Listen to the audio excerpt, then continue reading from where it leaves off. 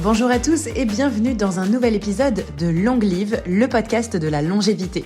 Pour démarrer en pleine forme sur cette année 2024, je vous invite à écouter un épisode autour de la course à pied et du sport en général, avec un grand spécialiste du running et de la course en trail et pleine nature, Sébastien Cornette. Sébastien est coach sportif, il est aussi spécialiste de la course à pied. Il entraîne des athlètes de haut niveau qui gagnent des grands trails internationaux, mais il entraîne aussi monsieur et madame tout le monde, des jeunes, des vieux. Il a fondé l'école de trail et il forme des kinés, des coachs sportifs, des médecins généralistes aux nouvelles techniques d'entraînement. Alors, est-ce qu'on peut courir jusqu'à très vieux ? Est-ce que la course à pied favorise ou empêche les douleurs de la vieillesse de s'installer ? Est-ce que c'est vraiment envisageable de courir jusqu'à ce que mort s'en suive ? En tout cas, c'est un sujet, moi, qui me passionne parce que j'ai pas du tout envie d'arrêter de courir à cause de mon âge qui avancerait. Et je parie qu'à la fin de ce podcast, vous allez chausser vos baskets et partir pour un petit run. Alors, je vous laisse écouter ma conversation ultra enrichissante avec Sébastien Cornette. Belle écoute et on se retrouve à la fin de l'épisode. Salut Sébastien, merci d'être venu sur mon podcast Long Live. Merci Lucie de m'inviter, c'est trop cool. Merci. Ici, on parle de longévité et moi, j'ai vraiment cette idée que j'ai toujours eue, que tu peux courir jusqu'à un certain jour dans ta vie et à un moment donné, il faut que t'arrêtes. Et c'est pour ça que il y a quelques mois, cette espèce d'engouement autour du gars qui avait fini le marathon. Tu sais, il avait genre 93 ans, exact. je sais plus comment il s'appelle. Exact. Et ça a été partagé partout sur les réseaux sociaux parce que ça a été vraiment une image un peu incroyable qu'on ne voit jamais. Ouais. Donc, est-ce que c'est surhumain, impossible, extraordinaire, miraculeux que quelqu'un comme ça finisse le marathon à plus de 93 ans, ou est-ce qu'on va pouvoir tous y arriver si on t'écoute ? Ouais, j'ai envie de dire oui, moi j'ai envie d'y croire parce que je crois que si y a bien quelque chose à laquelle je crois, c'est le fait qu'on puisse courir longtemps, qu'on puisse s'amuser, pourvu qu'on le fasse avec, peut-être quand on a passé, j'ai envie de dire, un certain âge. La notion de performance est juste celle de pouvoir se mouvoir en santé, d'être à l'aise avec son corps et pas se fixer des objectifs un tout petit peu trop élevés. Et là où moi j'aime ce storytelling autour de ce monsieur-là, c'est que en fait, qu'est-ce qu'il nous dit ? Il nous dit que un peu de discipline, de la progressivité et l'écoute de soi fait qu'on peut aller jusqu'à courir pendant très longtemps. Il n'y a pas de limite. Et c'est vrai que j'entends ce que tu dis parce que pendant longtemps, on a véhiculé ça. On a véhiculé le fait que il y avait un certain âge où on avait une espèce de date de péremption sur le fait qu'on puisse courir ou faire du sport. Et ça, c'est une idée reçue. Hein. Est-ce que c'est pas lié aux carrières de sportifs de haut niveau qui s'arrêtent vers 35 ans, 40 ans au plus tard du plus tard et qu'ensuite on extrapole sur les êtres humains ? Alors, enfin, le commun des mortels. Oui, certainement. Ça doit certainement influencer énormément parce que quel que soit le sport, quand on sait les sacrifices justement, et je le dis assez dans mes formations que la notion de sport et sacrifice ne devrait pas être liée, mais souvent les athlètes de haut niveau font des sacrifices parce que il faut pour aller chercher une médaille, il faut mettre tellement de choses en exécution que du coup, on est confronté à ces sacrifices et du coup comme ils ont mis à mal leur propre corps et leur propre résistance, effectivement, on voit des athlètes à 55, 60 ans être dans une condition physique déplorable. Mais l'autre point, je pense, qui est important, c'est que peut-être qu'on s'est fait cette idée par rapport aux athlètes de haut niveau, mais aussi par rapport à la société qu'on a depuis 20 ou 30 ans, qui est très sédentaire, alors qu'on ne se posait pas la question il y a 50 ans. Notre arrière-grand-mère, certainement, qu'elle a bougé bien plus que nous qui sommes, toi et moi, très sportifs, mais on reste des sportifs sédentaires. Tout à fait. Et on bouge bien plus que tous les auditeurs et les auditrices qui vont nous écouter. Et il y a ça qui s'est installé. Donc cette sédentarité a fait que ça a modifié aussi notre mindset, notre façon de penser, notre façon de voir. Et du coup, passé un certain âge, surtout ne pas courir parce qu'il y a aussi la croyance urbaine qui fait que la course à pied est mauvais pour les articulations, mauvais pour notre corps. Or, en fait, c'est la chose la plus naturelle pourvu qu'on soit progressif et il n'y a pas de date de péremption à la course à pied. On va reparler ça des bienfaits de la course à pied et voilà, du côté peut-être délétère, en tout cas les fausses idées qu'on peut avoir sur ça. Est-ce que tu peux juste revenir sur ce point de sportif sédentaire ? Moi, j'ai appris cette expression il y a quelques mois. Qu'est-ce que c'est en fait sportif sédentaire ? Ça veut dire quoi ? Ça veut dire que, comme toi, tu te lèves tous les matins, tu vas faire ton jog, tu vas le soir peut-être aller faire de la natation, mais entre ces temps-là, tu restes assise devant ton ordinateur et du coup, heureusement que tu bouges, hein, et moi j'encourage tout le monde à bouger, mais pendant ce temps où tu ne bouges pas, tu passes bien plus de temps en position sédentaire parce que c'est notre vie quasiment pour l'ensemble de nos auditeurs et de nos contemporains.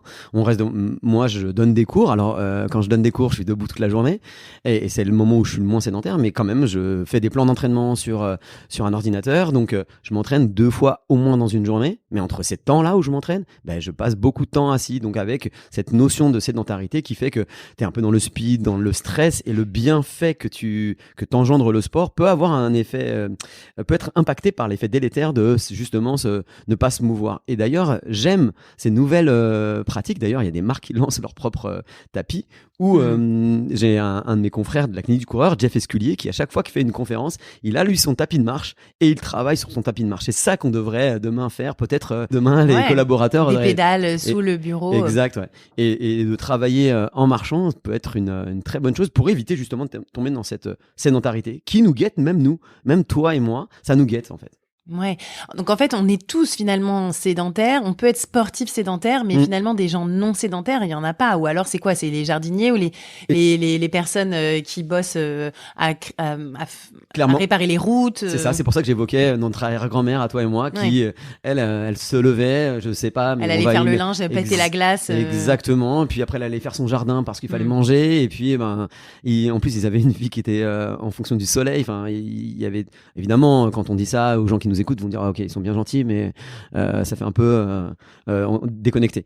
Mais oui, on est. Et puis aujourd'hui, il faut aussi entendre que cette sédentarité, on n'est pas fait pour ça. Ça veut dire que notre corps, notre physiologie, notre biomécanique n'est pas fait pour cette sédentarité. C'est ça aussi où on peut se dire, on peut sonner la sonnette d'alarme à tout le monde. Et effectivement, ceux qui ne sont aujourd'hui pas sédentaires, c'est... moi, j'ai un athlète qui est bûcheron. Je peux dire que lui, il n'est pas sédentaire parce que toute la journée, il est dans les bois. Les gens qui vont travailler... alors, j'allais parler de ceux qui sont en campagne, mais encore que les grands, on voit bien que ceux qui sont paysans, ils sont dans leur... sédentaire. Voilà, donc... il y a plus de sédentarité qu'avant, en tout cas, avec les moissonneuses-batteuses et tous les engins. Ouais. Donc, cette sédentarité, elle est clairement un danger. Il faut que les gens l'entendent, mais c'est pas immuable. Et on est très peu nombreux, finalement, à ne pas être sédentaires. Est-ce que on risque pas non plus de se bloquer avec les gens, finalement, en leur disant, même si vous êtes sportif, vous êtes quand même sédentaire et c'est quand même mal ? Non, au contraire. En fait, alors peut-être que ça peut être confus ce que je dis. Non. Je dis que il faut qu'on se bouge. Et surtout, même en se bougeant, on a quand même ce petit risque. Donc, imaginez si vous n'êtes pas Lucille Woodward ou Seb Cornette. Ça sera encore pire pour vous.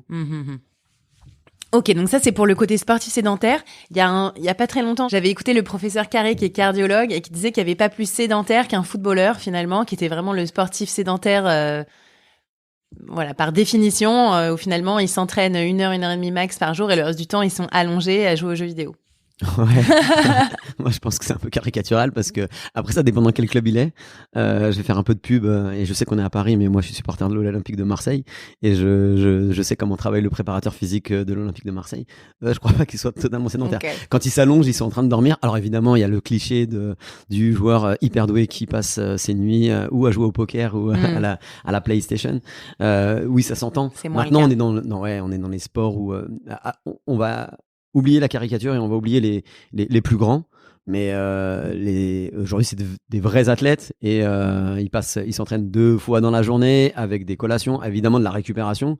Et puis évidemment, après, ils font leur vie. Mais moi, je n'irai pas jusqu'au okay. Professeur Carré. Ouais. Ça marche, bon, très bien. Je l'aurai dans le podcast bientôt, donc je lui en reparlerai. Revenons-en à la longévité et à la course à pied. En gros, moi, tout ce que j'ai entendu depuis gamine, c'est cours tant que tu peux. Ma grand-mère qui me disait courez tant que vous êtes jeune. Mon père qui s'est arrêté de courir vers l'âge de voilà, peut-être 55 ans, il s'est blessé, puis il a eu un moment, il a jamais vraiment repris, il a réessayé, mais bon, finalement, ça a pas fonctionné. Voilà, ma mère, pareil, qui courait un peu jusqu'à sa quarantaine, puis qui s'est arrêtée parce que mal au dos, mal au je sais pas quoi. Donc, en gros, moi, c'est vraiment cette image que j'ai de arrêter de courir vers la cinquantaine, que c'est un peu la fin, quoi. Et j'ai pas envie. Ouais. J'ai pas envie que ça m'arrive. J'adore courir. Je fais pas de la performance, mais vraiment, je prends un plaisir énorme et voilà, à courir, mais aussi le fitness que ça m'apporte. C'est-à-dire vraiment, je sens que c'est ça qui me met en forme vraiment. Ouais. Je pourrais nager, faire autant de muscu que je veux, du yoga. Si vraiment à un moment donné, je veux être en top forme, je sais qu'il faut que je cours, quoi. Enfin, il y a vraiment ce bénéfice énorme. Donc, en gros, est-ce que c'est possible que tous, on arrive à courir jusqu'à 90 ans et si oui, comment ? Alors, comme j'ai pas envie de passer pour un charlatan, je peux pas me prononcer sur est-ce que on pourra tous courir jusqu'à 90 ans parce qu'on a des histoires communes. Est-ce que pour autant, moi, je vais faire un bilan factuel. Est-ce que nous sommes faits pour courir ? Oui. Est-ce que les idées reçues de après 50 ans, tu parlais de ton papa et ta maman qui sont arrêtés, mais parce que certainement qu'à l'époque, on savait beaucoup moins de choses que ce qu'on savait maintenant. Est-ce qu'on doit lutter contre les idées reçues de la course à pied ? Dans l'entraînement lui-même, bien sûr que oui. Moi, je renvoie toujours vers les protocoles de la clinique du coureur, 1 minute de course, 1 minute de marche. Mais ça, tout le monde peut le faire à partir du moment où vous êtes en santé, qu'il n'y a pas de grosse pathologie. Moi, je rappelle que tu as dit un truc très très juste et je suis heureux que ce soit toi qui le dise. Mais effectivement, la course à pied, on est fait pour ça. Donc, si on est progressif, qu'on n'est pas dans cette recherche de tu sais, la croyance de il faut que je cours au moins 30 ou 40 minutes parce que comme ça va brûler mes graisses. Ouais. Toutes ces idées, mais il faut jamais s'arrêter. Oui, si tu marches, c'est que t'es nul. Exactement, alors que c'est totalement faux. Peut-être qu'effectivement, est-ce que nos performances vont baisser ? C'est une certitude, je vais pas dire n'importe quoi. Mais par contre, est-ce qu'on peut continuer à se faire plaisir le plus longtemps possible et casser cette croyance qu'à partir de 50 ans, c'est mauvais pour tes genoux ? Je rappelle une chose, c'est qu'aujourd'hui, on soigne des gens qui ont des problèmes de genoux et des problèmes lombaires grâce à la course à pied. Oui. Et d'ailleurs, moi, je l'ai vraiment vécu quand j'ai eu le ligament croisé. Donc, tu as l'opération, c'est long, il faut retrouver la marche, étirer, muscler. À partir du 3-4e mois, l'un des facteurs de guérison, c'est de recommencer à courir. Et tu as un protocole où c'est 2 minutes, 3 minutes, 5 minutes, 10 minutes. Ah ouais. Après, commencer à faire un peu des descentes. J'ai vraiment ressenti que mon genou allait de mieux en mieux au fil de ma pratique de running. Parce que tu as été super progressive. En fait, c'est ce vers quoi nous, coachs, nous, conseillers dans le sport, on doit absolument casser cette idée reçue. Messieurs, mesdames, courez, marchez, soyez hyper progressifs, cassez l'idée et même à vie, on peut courir, marcher, même à vie, on s'en fout quand bien même. Bien sûr, exactement. Donc peut-être que tu courras plus 20 km tous les dimanches, mais à quoi ça a servi à part flatter ton ego, l'idée c'est plutôt au contraire de essayer de courir, maintenir un stress mécanique sur notre organisme le plus longtemps possible et même 5 minutes par jour, ça peut compter. Et donc, j'ai envie d'être optimiste et de penser que à partir du moment où on est progressif, discipliné, parce que c'est aussi ça qui va faire qu'on va perdurer, je pense qu'on pourrait le plus longtemps possible. Discipliné, c'est quoi ? C'est très régulier dans la pratique ou c'est manger super bien ? Enfin, qu'est-ce que tu attends par discipline ? Non, discipline, parce qu'en fait, j'ai écouté un podcast et où l'interlocuteur disait en fait... on peut être motivé, mais pas discipliné. Moi, je suis motivé pour m'entraîner. Ok, je suis motivé pour faire une course, mais pour faire cette course, il faut se discipliner à une régularité. Donc, dans la discipline, je parle plus de régularité. Sur tout ce qui est nutrition, évidemment, il y a peut-être ce facteur-là, mais peut-être par mon biais de coach, je pense que c'est déjà la discipline de l'activité qui fait que quand tu es discipliné, que tu te times tes entraînements tous les matins ou tous les 2 jours, tu sais que si tu fais un écart, tu vas le ressentir. Donc, vivons, je suis pas en train de dire de manger des graines et de boire de l'eau uniquement. Évidemment, je viens de la région où il a le meilleur vin du monde, donc j'encourage tout le monde à profiter de la vie. Mais justement, il faut mon grand-père disait un truc très très juste. Dans la vie, tout est une question de mesure. Voilà, profitons. Par contre, restons disciplinés parce que c'est le meilleur moyen de prendre soin de notre corps. Et je rappelle, quand on prend soin de notre corps, c'est le meilleur moyen pour que notre âme veuille y rester. Donc je crois que c'est ça, cette discipline. Alors pas sur le côté militaire, mais sur le côté régularité. La modération, quoi. Est-ce qu'on peut commencer à courir après 50 ans? Alors un grand oui, et en plus c'est assez surprenant, c'est qu'aujourd'hui toutes les performances, alors moi, j'avoue j'ai un peu de mal avec les championnats du monde des 80 ans, Ouais, moi j'aime bien. Mais et c'est respectable. Moi j'ai juste un peu de mal parce que je me dis principal c'est qu'ils bougent, tu vois. Après bon ils se font des compètes et c'est génial et tant mieux. Mais ça c'est un très truc américain. Ouais, voilà, c'est très personnel. Par contre, ce qui moi me surprend à chaque fois quand je m'intéresse à ça, hein, je suis pas fan mais je m'y intéresse. C'est souvent des gens qui s'y sont mis super tard. Le monsieur de 93 ans s'y est mis il y a 20 ans. Faites le calcul, il a commencé à courir à 73 ans. Ouais. Donc du coup, c'est hyper justement ça je trouve que ça motivant. Et ça veut bien dire une chose, c'est que si vous êtes progressif, que vous n'êtes pas trop usé par la compétition, c'est pour ça on revient sur les athlètes de haut niveau qui eux peut-être se sont épuisés physiquement, mais surtout et avant tout mentalement. Ouais. Je veux dire, ils ont subi des choses et puis du coup, on a pu. Et puis d'ailleurs, j'aime bien, j'ai une formation sur le renforcement chez le coureur et j'ai une photo de Michel Platini à l'époque où il était un très grand footballeur. Et puis maintenant, tu le vois maintenant.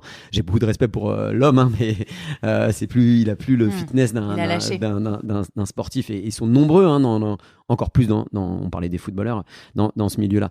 Malgré tout, effectivement, si vous n'êtes pas usé par ça, au moins mentalement, on peut, je crois vraiment, j'en suis persuadé. Puis aujourd'hui, moi, en tant que coach, j'ai des gens qui ont bien plus de 50 ans, qui ont un bon fitness, qui sont certes, des fois même très ambitieux au niveau performance, mais pas uniquement. Et donc, c'est pour ça que cette croyance à partir de 50 ans, il ne faut plus courir, est difficile pour moi à entendre. Et ça n'use pas, ça n'abîme pas, parce qu'on a quand même toujours cette idée de blessure, ça pète le dos, ça casse les genoux. Il y a même sur Facebook une page qui s'appelle Cassage de genoux, et c'est une page de running qui marche d'ailleurs très très bien. Je comprends pas, mais bon, ça existe. Donc on a quand même toujours cette idée, quoi, que on va se blesser, donc on va se fragiliser, donc il faut y aller plus doux, plus cool. À nouveau, croyance limitante parce que c'est totalement faux. Je le dis et je le répète. Une étude a été menée par des chercheurs australiens sur plus de 600 coureurs. Problème lombaire, on les a soignés grâce à la course à pied. Et c'était tout type et pas des gens qui couraient à la base. Je vais rappeler une chose, c'est que la course à pied induit des chocs sur les os qui limitent l'ostéoporose, l'arthrose. Donc non, messieurs, dames, courez, c'est le meilleur. Mettez un stress sur votre organisme, mettez un stress mécanique qui va induire justement une adaptation du corps et donc du squelette. Donc, non, si t'as... À part grosse pathologie, hein, évidemment, mais la contre-indication pour la course à pied, elles sont très très limitées aujourd'hui. Alors évidemment, pendant très longtemps, et c'est ça le plus dur, hein, moi je suis enseignant à la clinique du coureur et je le vois bien, on forme des professionnels de la santé qui, eux, arrivent avec leurs croyances et ce qu'on leur a appris. Et souvent sont bousculés parce que ce qu'on leur apporte comme enseignement, et puis c'est pas des dogmes, hein. On ne fait que transcrire ce que la science aujourd'hui probante nous raconte. Donc non, au contraire. Mais effectivement, tu as raison, ces idées-là que tu nommes sont encore trop ancrées, et il n'est pas rare quand tu es en réunion de famille de dire « Ah, je cours, mais t'as quel âge? Mais attention, tes genoux. Ouais. Ah, mais là, il s'est encore blessé. » Les gens qui se blessent, c'est parce qu'ils en font trop ou trop vite. Mais c'est jamais la course à pied qui blesse. C'est le fait d'en faire trop. Il ferait de l'haltérophilie, il ferait même de la natation, même du vélo, il se blesserait. Et la problématique... Parce qu'ils en feraient trop. Exactement. La problématique de la course à pied, c'est que comme c'est impactant, on a plus tendance à se blesser. À ne pas s'écouter. Oui, et puis il y a... Tu sais bien la croyance que la blessure fait partie de l'entraînement, que si je suis blessé, c'est normal. Non, si vous êtes blessé, c'est que vous en avez fait trop ou trop vite. Donc, mais c'est pas la course qui blesse, c'est le fait d'en faire trop. Ce qui est très difficile quand on court ou quand on aime un sport, je trouve, c'est de se modérer. Tu vois, moi qui aime nager, courir, j'ai découvert le swimrun il y a quelques années, j'adore. Et en fait, c'est mon problème. J'ai eu envie de faire des épreuves longues de championnat du monde, de 30 km. Et à chaque fois que je m'inscris, j'ai un dossard, je suis hyper motivée, je me dis voilà, un swimrun de 30, 40 km, ça va être trop cool, trop beau, je vais kiffer. Et à chaque fois, j'arrive pas à m'entraîner assez parce qu'en fait, j'ai pas le temps. Et en fait, je pourrais très bien m'inscrire pour un dossard de swimrun de 15-20 km. Je pourrais y arriver vachement plus facilement, mais je m'inscris toujours à un truc de 30-40 km. C'est quoi mon problème ? Ton problème, c'est celui de tous les anciens sportifs qui ont eu un très bon niveau, qui ont eu de la performance. Et quand tu parles, je pourrais exactement dire la même chose que toi, dans une autre discipline.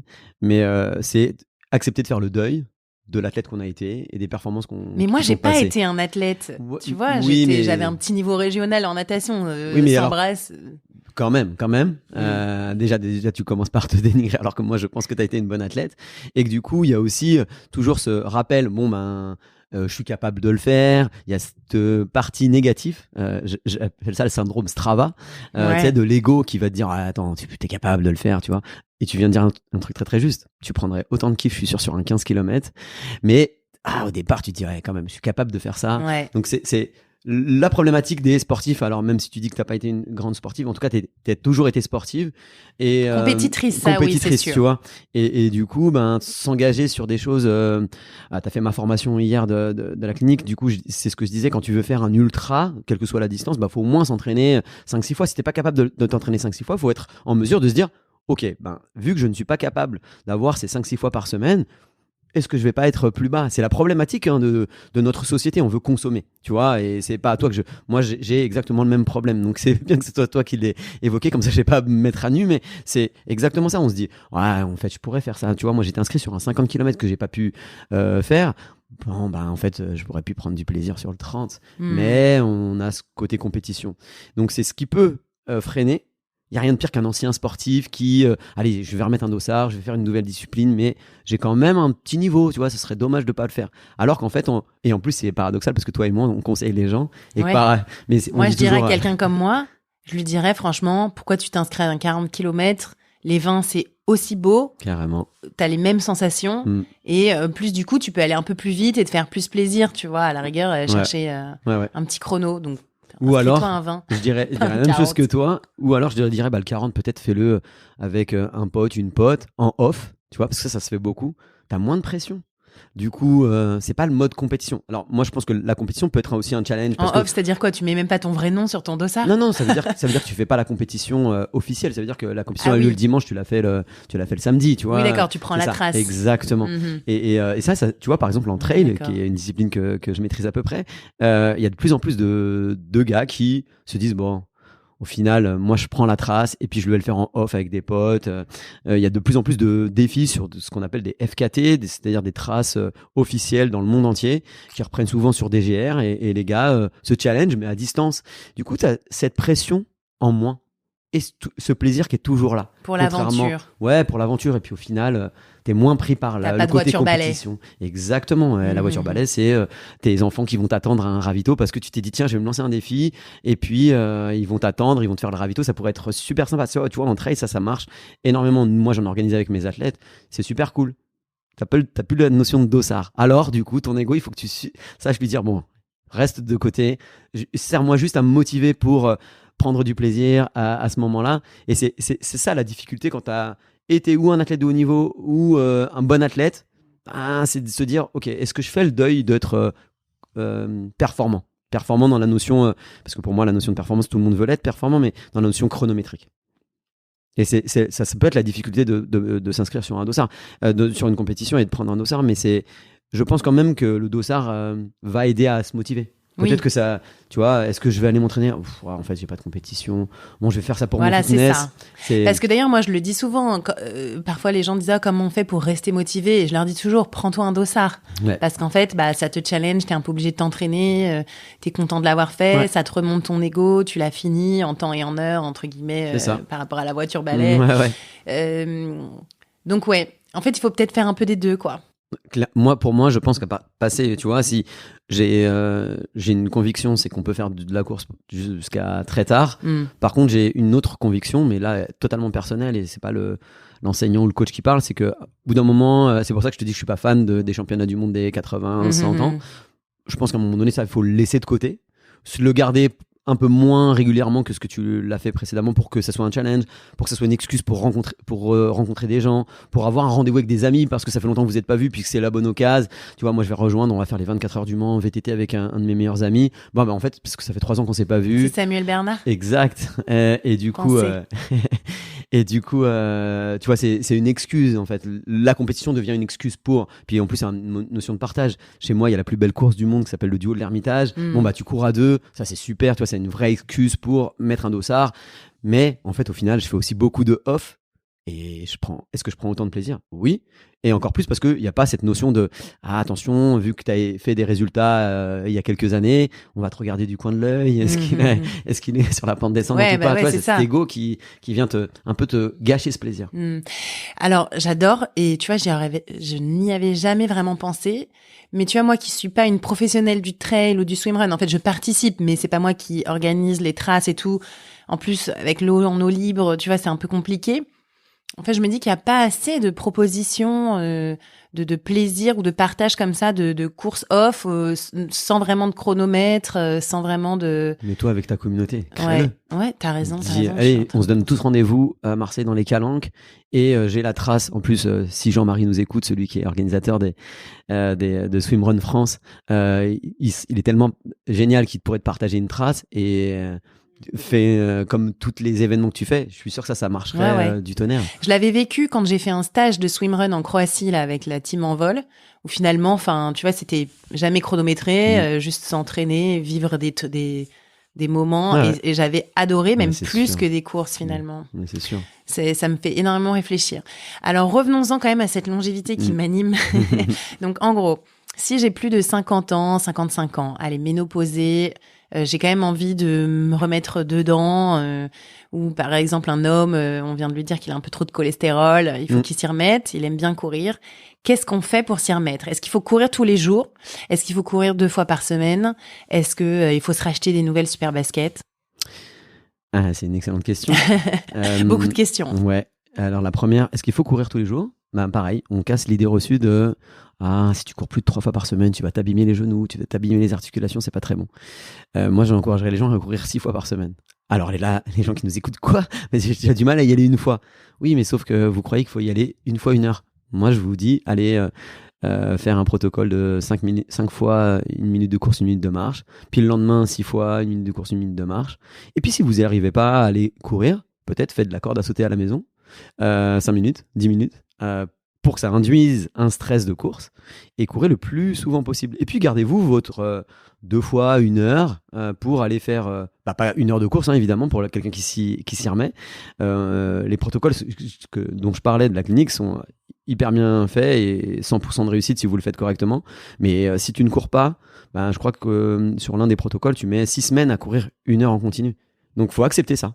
La personne qui va s'y remettre, là, homme ou femme, accepte qu'elle va s'acheter des baskets et qu'elle va pas courir 1 heure tout de suite. Au contraire, la première des plus grosses erreurs dans la course à pied, c'est ce que je disais tout à l'heure. Il faut au moins que je cours 20, 30, 40 minutes. Parce qu'on brûle les graisses à partir de 20 minutes. Ouais, c'est faux. C'est totalement faux. C'est jouer sur le métabolisme de base, faire du renforcement va avoir une incidence bien plus importante que de courir pendant 40 minutes. Et puis, tu parlais des chaussures. Si vous êtes débutant, n'écoutez pas ce que vous racontent les magazines. Ne mettez pas de grosses chaussures qui vont vous protéger de cette dangereuse course à pied. Si vous êtes débutant, totalement débutant, choisissez des chaussures qui aient le moins d'interface avec le sol, qui soient le plus flex possible. Et ne croyez pas que c'est le montant de la chaussure qui fait la qualité de la chaussure. Alors oui, le marketing est très très fort. Des marques aujourd'hui que je ne citerai évidemment pas font l'apogée de la chaussure qui va vous protéger de cette dangereuse course à pied. Si tu es totalement débutant, allez sur le site de la clinique du coureur et on vous conseillera d'acheter une chaussure qui a un indice minimaliste d'au moins 70%. L'indice minimaliste. Par exemple, si j'ai plus de 50 ans, je me mets à la place des personnes qui peuvent nous écouter, hein, mais même peut-être 30 ans après avoir eu des enfants, se remettre à la course à pied, se dire d'aller courir en minimaliste, ça paraît complètement dingue. C'est-à-dire que, tu penses que c'est quand même réservé à de l'élite, à des gens un peu barrés, qui ont des bonnets péruviens sur la tête et tu vois, qui sont un peu. Quand ils étaient faire le Machu Picchu et qui se sont dit, Voilà, allez, moi c'est aussi, je vais rentrer, je vais m'acheter des sandales. Attention, moi, je dis pas de courir en minimaliste. Minimaliste, c'est les sandales, les five fingers, les chaussures qui sont à 100% d'indice minimaliste. Non, 70% d'indice minimaliste, c'est pas si minimaliste que ça. C'est quoi, par exemple? Juste un exemple ou deux de chaussures, par exemple. Ben, vous avez des grandes marques qui. Alors, il y a tellement de. Je vais en citer une parce que c'est celle qui me vient en premier. La marque Innovate qui a des chaussures qui ont un indice minimaliste de 70%. Et si vous les voyez, vous n'avez pas l'impression que c'est des chaussures minimalistes. En fait, il faut savoir que cet indice minimaliste a été mis en place par 42 experts de 17 pays différents. Donc, c'est un consensus scientifique qui classe les chaussures de 0 à 100%. 100% étant les five fingers ou les sandales. Et le 0% étant les gros chaussures que vous voyez fleurir ici ou là. Et malheureusement, 80-90% du marché, c'est des chaussures qui ont entre 10 et 30% d'indice minimaliste. Et maintenant, malheureusement, il y a très peu de marques qui vont vers des chaussures à au moins 70%. Et ce consensus scientifique indique que à 70% d'indice minimaliste, l'interface entre votre pied et le sol est moindre. Donc, du coup, vous avez moins d'impact, votre chaussure impacte moins votre foulée. Donc du coup, je dis pas aux gens de courir en minimaliste, je dis choisissez une chaussure qui a le moins d'interface possible, et vous pouvez aller dans les grandes enseignes de sport, même eux font des chaussures de marche, et pourtant, moi je conseillerais plus ces chaussures dites de marche chez eux, je cite pas la marque, mais plutôt qu'une chaussure très connue. Une grande enseigne bleue. Ouais, exactement. Et leurs chaussures de marche sont bien mieux pour la course que certaines grosses chaussures. Elles sont plus larges aussi. Exactement, ça laisse la place aux pieds. Donc ça, c'est une idée. Si vous êtes totalement débutant. Alors par contre, si vous courez déjà avec des grosses chaussures, gardez vos chaussures. C'est ça aussi qu'il faut aussi dire, parce que sinon on pourrait interpréter mes paroles en disant bon, il nous dit d'aller courir en sandales et puis d'aller courir pieds nus dans le parc de Montsouris. Non, c'est pas du tout ce que je suis en train de dire.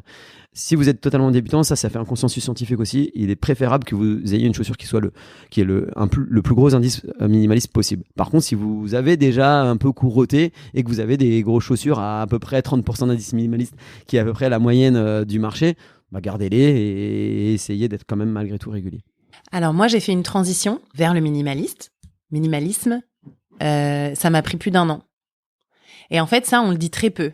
Ouais. C'est-à-dire que moi, j'ai acheté pas mal de bouquins, Courir pieds nus, Barefoot Bob, Born to Run. Ouais. Et en fait, on te dit indice minimaliste, c'est mieux et tout, c'est cool parce que moi, j'avais pris un problème de pied et de cheville. Mais par contre, on te parle jamais de la transition. Alors, sauf quand tu fais le cours 1.0. Voilà, et c'est grâce à ce cours-là, mais bon, j'avais déjà commencé pas mal ma transition et essuyé quelques plâtres. Ouais. Mais on parle jamais, en fait, de ce temps qu'il faut, en fait, quand on a des grosses chaussures. Clairement. Et qu'on se blesse et du coup, on court mal, ce qui était vraiment mon cas. Ouais. Et de diminuer le côté amortissant des chaussures pour pouvoir améliorer sa foulée, avoir la technologie dans son pied. On parle jamais de cette transition-là. Est-ce que tu peux nous guider un peu sur ça avant qu'on retourne un peu au sujet? Alors tu as raison, c'est très juste et il faut insister là-dessus justement, parce que moi quand je suis sollicité sur les réseaux sociaux pour justement que je conseille entre guillemets les gens à changer de chaussures, il y a pareil, c'est un consensus scientifique. Ce que véhicule la clinique du coureur, c'est à partir du moment où, comme je le disais, la moyenne c'est à peu près 30% d'indice minimaliste. Et puis que là vous nous écoutez, vous dites j'ai quand même envie d'aller m'acheter une chaussure à 70% d'indice minimaliste. Et il faut que vous sachiez que en fait ça fait donc 30 plus 40, ça vous fait 40% d'écart entre les deux. En gros, il va vous falloir entre 4 et 6 mois pour utiliser vos nouvelles chaussures. Et ces protocoles-là, alors du coup, il faut être hyper progressif. Si aujourd'hui vous couriez, je dis n'importe quoi, 30 minutes avec vos grosses chaussures, votre prochain footing, vous allez courir la première minute avec votre nouvelle paire de chaussures, puis après les 29 autres minutes avec votre ancienne. Là, ils nous écoutent, ils nous disent, mais attends, il nous fait la blague. Sauf que c'est le meilleur moyen de ne pas se blesser, parce que on dit à peu près, en fonction, parce que tout le monde ne réagit pas et ne répond pas pareil, mais on dit entre 1 mois et 1 mois et demi par 10%, par tranche de 10%. Donc, vous voyez, même si tu changes de chaussures et que tu passes à 40%, tes nouvelles chaussures, tu ne les mets pas tout de suite parce que justement, tu risques de te blesser. Et c'est ce qui s'est passé pour les gens qui étaient convaincus, qui ont lu Born to Run. Moi, c'est mon livre préféré, mais il a quand même créé de la pathologie. Même chez les professionnels de la santé, on commençait à dire non, mais quand on a vu, excusez-moi, je vais faire un cliché, tous les gens, les Parisiens, là, se mettre à courir pieds nus dans les parcs, parce qu'ils avaient avec les Five Fingers, et là, ils sont retrouvés avec des fractures de stress au niveau du pied, des tendons d'Achille avec des tendinopathies à non plus finir. Bah oui, ils sont passés de chaussures hyper maximalistes à des chaussures minimalistes. Ça crée un stress sur l'organisme. Par contre, si vous êtes hyper progressif, c'est le meilleur moyen. Et tu l'as dit, c'est un bon exemple. Tu as mis 1 an pour passer de tes grosses chaussures à tes chaussures hyper minimalistes. Et parfois, je reviens encore à des Brooks pour des plus longues distances, en fait. Là, c'est rigolo parce que justement, hier, j'étais sollicité. On me disait, ouais, t'as quoi comme chaussures?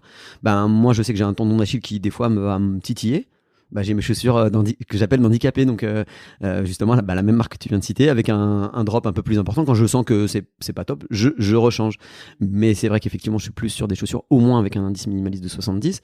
Mais oui, c'est bien aussi d'avoir cette deuxième paire si jamais il y a une petite douleur.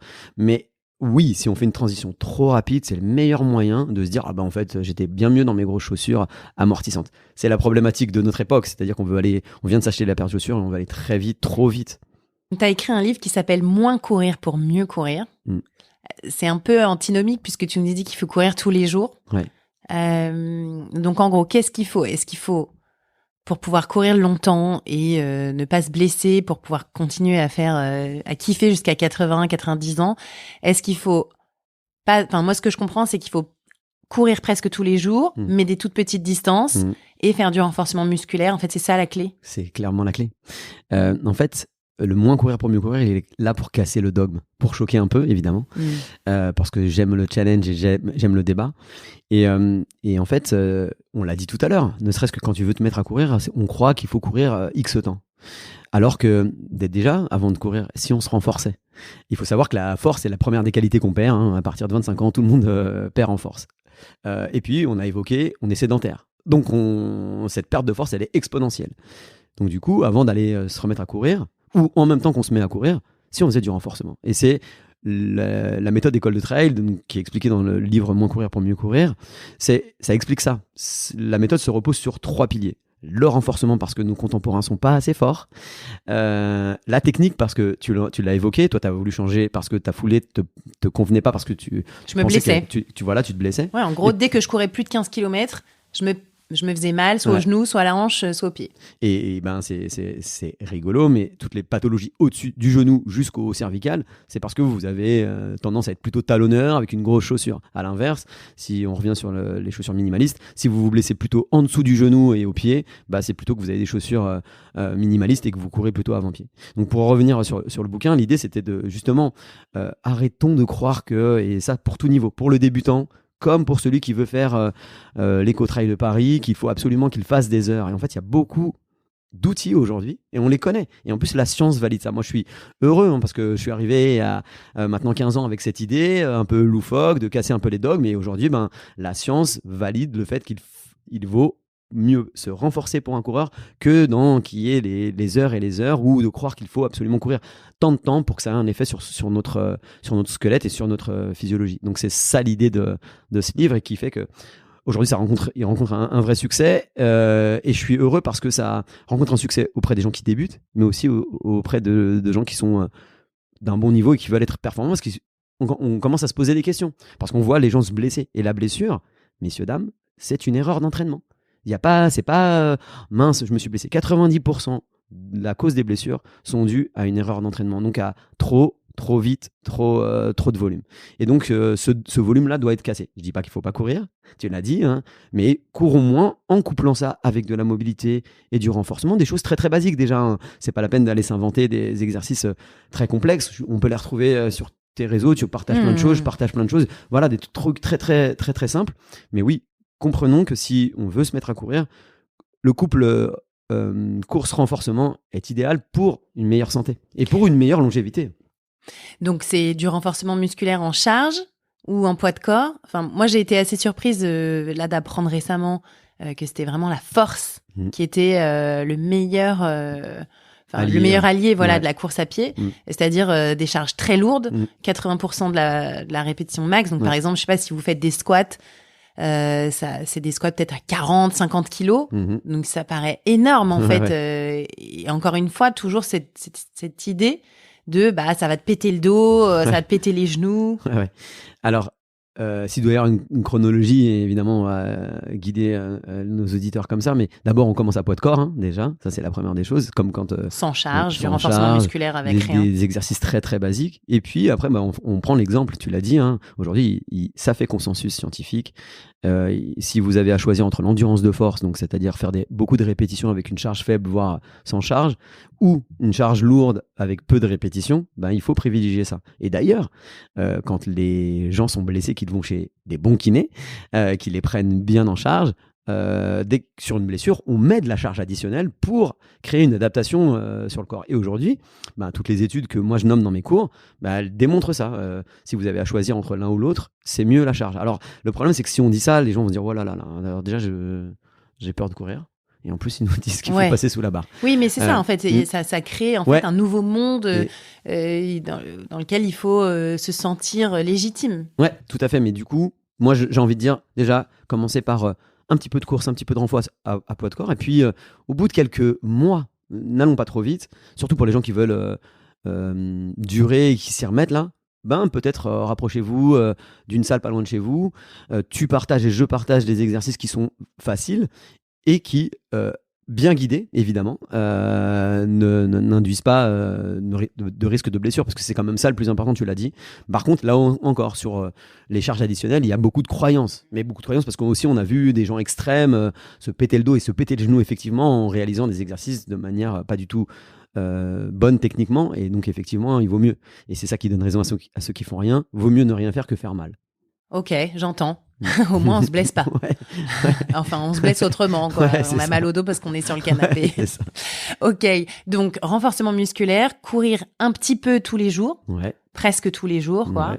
Est-ce qu'il y a la place, du coup, derrière? Et après, s'il va se poser la question, finalement, du temps imparti qu'on peut avoir à consacrer à son sport. Mais le vélo, la natation, le yoga, tout ça, c'est des bons compléments. Génial. Ouais, génial. C'est des super compléments. La natation un peu moins physiologiquement parce qu'on est sur un sport porté, mais très bien pour la respiration. La natation très bien pour des anciens nageurs ou des gens qui ont la technique. Si les gens ne savent pas nager, ce qui est malheureusement la plupart de nos contemporains, je leur conseillerais pas d'aller nager. Par contre, le vélo, le roller, même si ça peut être dangereux, on l'a évoqué, la marche nordique, génial, c'est une super activité. C'est vraiment une très belle activité qui va travailler le renforcement musculaire du corps. 80% des groupes musculaires sont sollicités. On va travailler en endurance fondamentale, donc c'est hyper intéressant parce que justement, on va développer notre capacité d'endurance. Il y a un tas de sports croisés qui peuvent rendre justement ludique l'entraînement. Et puis, à partir du moment où on s'engage dans de l'entraînement, on parle d'entraînement à partir du moment où on consacre au moins 3 temps dans sa semaine. En dessous, c'est à peu près de l'entretien qui va pas durer très longtemps. Donc, et tout de suite, j'entends les gens dire, mais moi, j'aurais pas 3 fois 1 heure, mais 3 fois 30 minutes, ça suffit. Et je pense que quelle que soit la vie de chacun, on peut trouver ces 3 fois 30 minutes. Et puis, à côté de ça, on peut se rajouter des 5 minutes de renforcement, une petite musique, Bring Sally Up, Bring Sally Down, où tu fais des squats, ou des pompes, ou des fentes, enfin, plein de choses. Ou tu as envie de faire un petit peu de cardio, tu te mets un Roxanne ou un Beat It de Michael Jackson en faisant du travail cardiovasculaire. Voilà, 5 minutes par jour, je pense que c'est facile à trouver, mais 3 temps au minimum par semaine, de 30 minutes, c'est ce qu'il faut pour qu'il y ait des adaptations. Alors, attention, parce qu'à nouveau, il faut être progressif et s'attendre à ce qu'il y ait, quand on s'y met, un coup de fatigue. Parce que physiologiquement, on va créer de la fatigue. L'entraînement, c'est créer de la fatigue. Donc, prévenir aussi les gens qui vont s'y mettre au bout de 4 semaines, il va y avoir de la fatigue. Et puis, malheureusement, il faut passer par là parce que les adaptations se font entre 4 et 6 semaines. Donc, on n'est pas tous égaux. Lâcher. Exactement. C'est logique. Par contre, débutons un tout petit peu en dessous de ce qu'on estime être bon pour nous. Et ça, c'est le meilleur, je pense, des conseils que je puisse donner parce que la plupart du temps, on attaque un tout petit peu trop haut parce qu'on sait... Voilà, notre ego nous apparaît. C'est comme le dossard où tu crois que tu vas pouvoir y arriver. Si tu crois que tu peux courir 5 km, ne cours que 3. Ok. Parce qu'il faut mieux se frustrer que se blesser.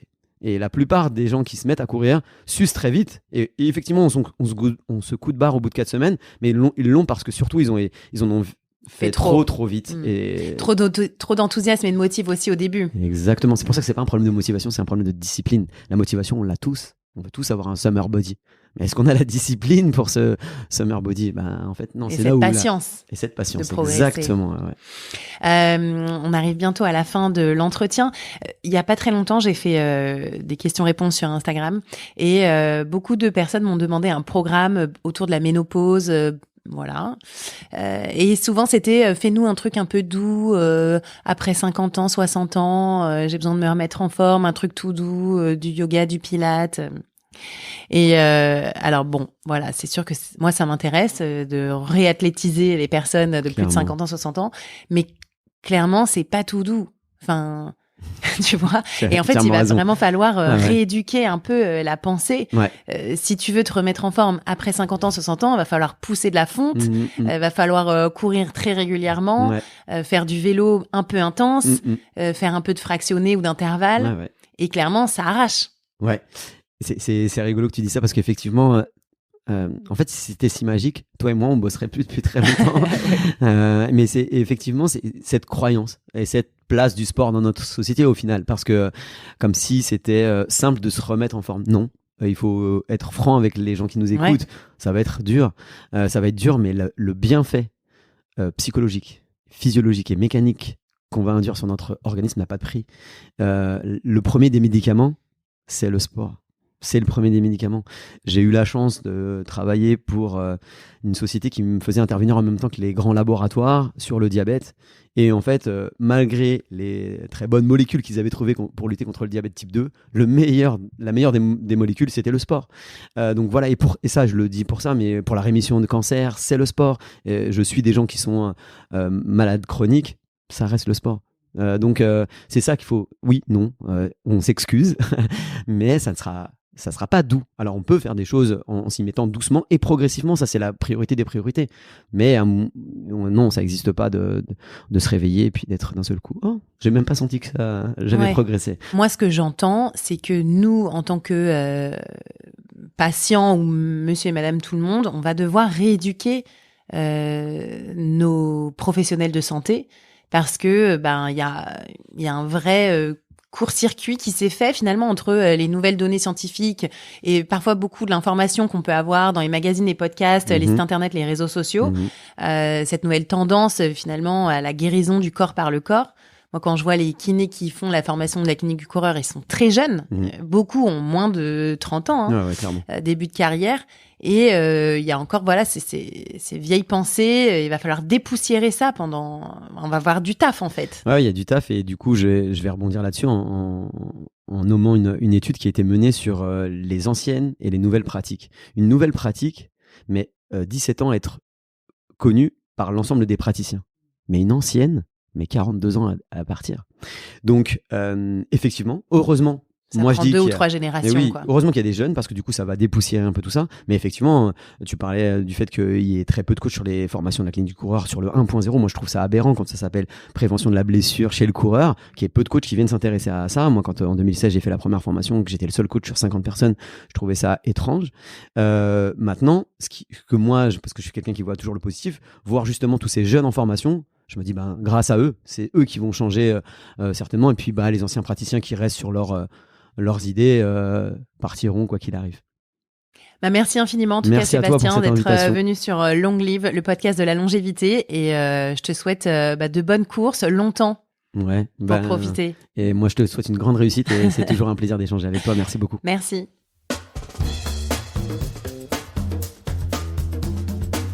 Merci à tous d'avoir écouté cet épisode jusqu'au bout. J'espère que vous avez eu envie d'aller courir, de partir par monts et par vaux, dans les montagnes, la campagne ou même dans votre ville. Mettez vos baskets et courez. Courez jusqu'à ce que mort s'en suive. En tout cas, c'est le message qui résume, je trouve, cet épisode. On se retrouve la semaine prochaine pour un débrief avec David Ordonneau. Est-ce que David a repris la course à pied après avoir monté cet épisode ? La suite, la semaine prochaine. Salut!